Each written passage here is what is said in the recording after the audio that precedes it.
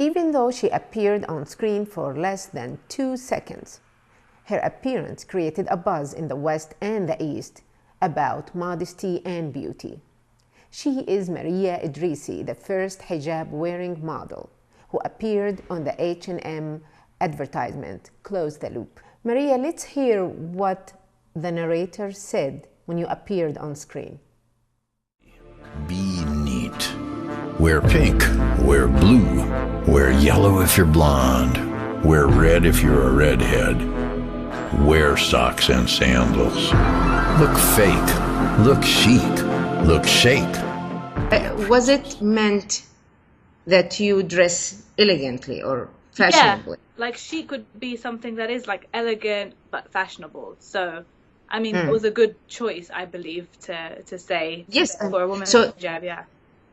So they chose this role for you because they could have chosen someone who covers her face or yes. So they chose, they decided on that. That even though you were included with so many people who are unfit, who don't belong, to the society, but you were the only one who looked beautiful. I felt that the message that stirred debate was modesty is beautiful. Yeah. And I feel this message can be dangerous for both societies, Muslim society as well as Western society. Western society is not comfortable with the word modesty, and the Muslim world is not comfortable with the word beauty. I feel that as Muslims, we resist beauty, even we like it, but we resist to see it on women because it's related to sexuality. Yeah. But I don't agree with that though, obviously, because in Islam, one of Allah has said in numerous verses, he says that Allah loves beauty. And so as Muslims, we should be beautiful. But of course, this is, I think, the problem with today. And I do agree, even though I'm in this industry now, I do agree that there is a very, very fine line between extravagance and beauty. And this is where a lot of girls, especially see online, hijabi wearing, and they are confusing extravagance with beauty. So like to be beautiful with obviously just to take care of your natural self and to, maybe accentuate your natural beauty. But if a girl is wearing hijab and has like 20 layers of makeup, and I may sound like a hypocrite because I do wear makeup, but I wouldn't wear it on a daily basis. The amount that, girls are considering I'm just, showing my beauty. You're not. That's a daily basis. You're going to like a wedding every day. The way it looks. And I do agree that is becoming dangerous now because so many girls are confusing that with that's acceptable, but really it's not. That is extravagance, and then you are going too far. You're defeating the object now of modesty, and it's like a cycle. So people need to understand, I think, the difference between going overboard and just accentuating your natural beauty. Why do you want to be beautiful? Why? For me, I do feel that it's sad, but in the world we live in, naturally as human beings, I think from the very beginning, we judge people first on their appearance, and then we look deeper and we get to know them. So I think it's a lot easier in life to take care of your outer appearance and to look presentable. And it's not even about what you would consider beautiful. I think it's more you look like you're making an effort in your appearance. You're clean, you're well dressed, and I think that does get you far. Even when you go for a job interview, I wouldn't wake up in the morning and just throw on a hoodie and go to a job interview. I would obviously take a bit more pride because people see that as when you take care of your outer appearance, then you seem more organized. It's more easy on the eye. It's more like you're more relaxed to work with that person than someone you may feel uncomfortable with because they're not dressed, where it looks like they're not taking care of themselves. So I think that's one of the main things.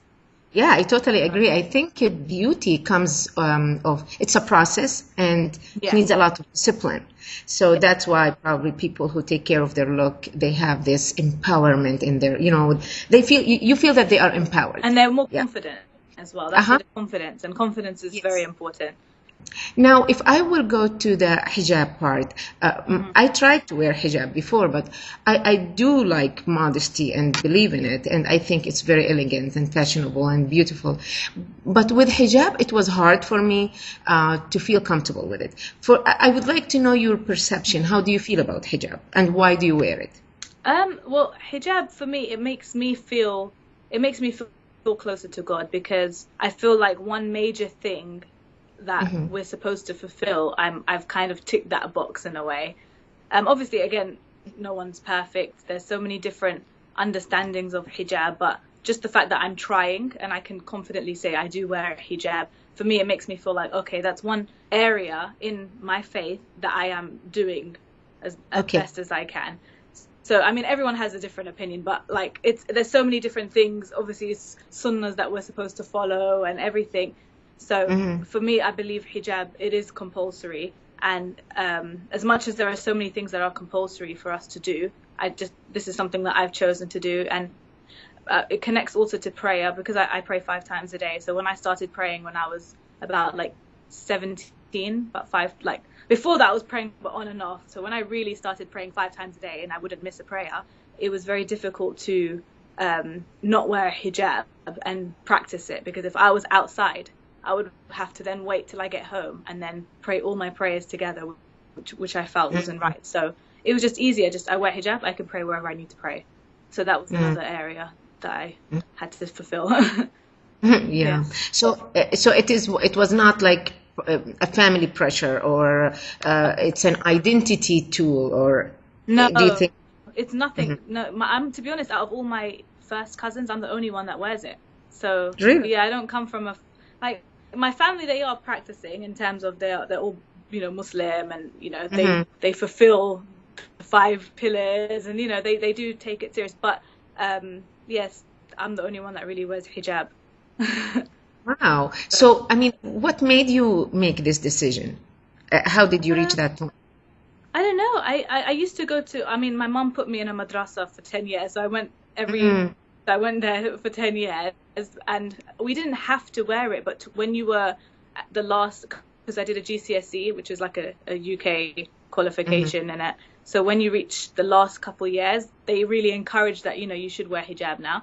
So I would wear it. And then in my normal school, like my Monday to Friday school, I wouldn't. But then I started to wear it on and off, just because I felt like, again, if I'm praying now, I'm starting to pray, it's just easier.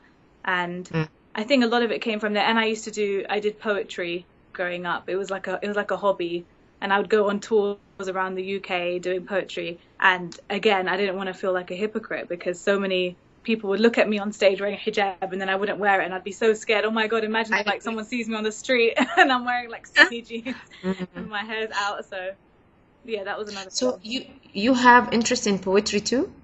Well, yeah, when I was younger, I used to do it kept me away from, I was really into music. And then my madrasa teacher, actually, he was like, rather than doing music, why don't you do poetry? This is something that was practiced, it's centuries ago. So I just decided to go down that route.